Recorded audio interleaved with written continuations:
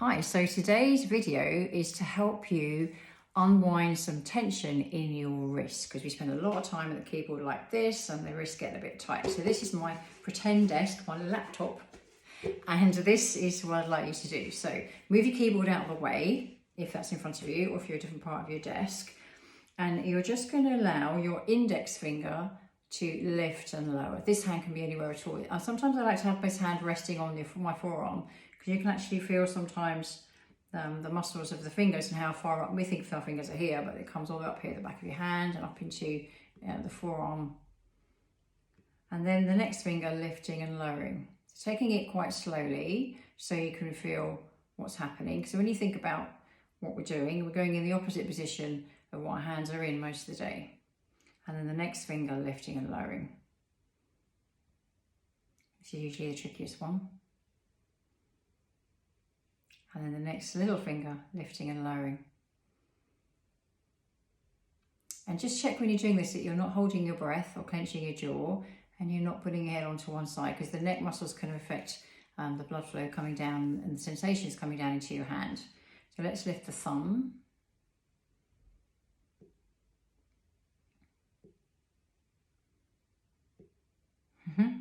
And then let it go, change hands, and see what happens on the other side. Now, if you have one finger that tends to feel that it's a little bit more inhibited or weaker, that feels that it doesn't really want to do anything, it doesn't want to lift, you could use a little bit of resistance with the other hand, as if it's pressing up into the other hand. So my little finger on this hand, when I was younger, I put it through a glass pane in a kitchen door, and it's since the last 50 odd years, I've had issues with this shoulder, and then in the last few years have I found out through all this, what I'm teaching you, neurokinetic therapy, NKT, is releasing the scar has helped my finger and helped the connection coming up to my shoulder. So my little finger didn't used to be able to do that, but now it's okay. So if you've got any scars or anything like that, maybe if you can send me a message, and I'll be able to help you individually like that. Okay, so let's do the thumb, because any scars or any breaks in your fingers or in your thumbs, or any wrist injuries and surgeries, even if you have had carpal tunnel before, working on the scar just really help. The scar tissue that's underneath it, it builds up over the years and it helps to release it. And one end of the scar might need a release, and the other end of the scar might need strengthening. Okay. So there you go.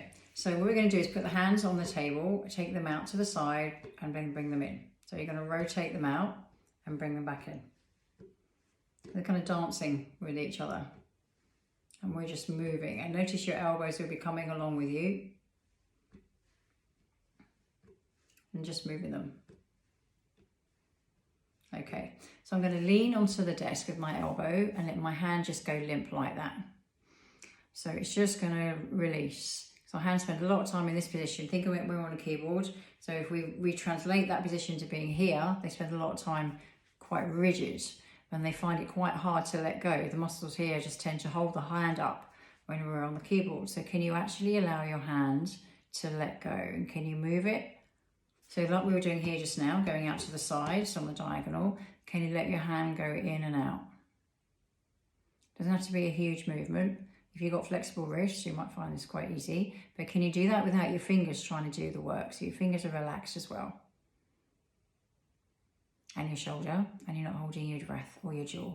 So relax your jaw and relax your breathing, and then see what happens on the other hand. So let your hand go.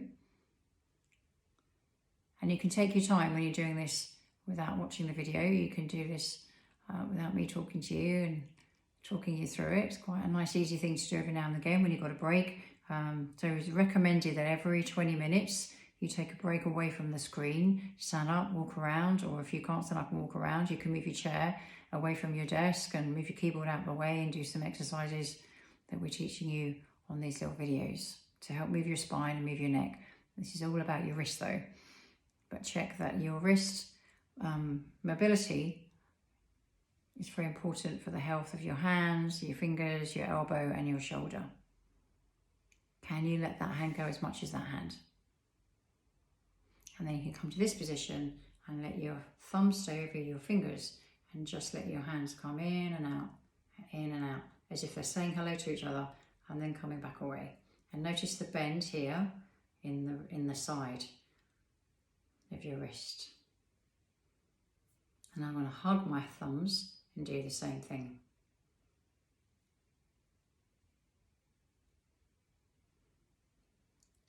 Okay, so they look like simple movements, but that's all you need for your wrists, simple movements to help release the tension in them. And this is one of the most simplest ones you can do, is to let your hand go limp and let the hand just move from side to side. If that's too much, then just let it lift and let it lower, and let it lift and let it lower. And just that action of your brain just feeling, oh, you can actually let go of your wrist, and goes a long way to allowing that wrist to find some ability to let go of the tension here in the carpal tunnel. So it can feel that your hand doesn't have to always be in this rigid position, holding onto the keyboard or holding onto the mouse. Okay, happy practicing. Take care.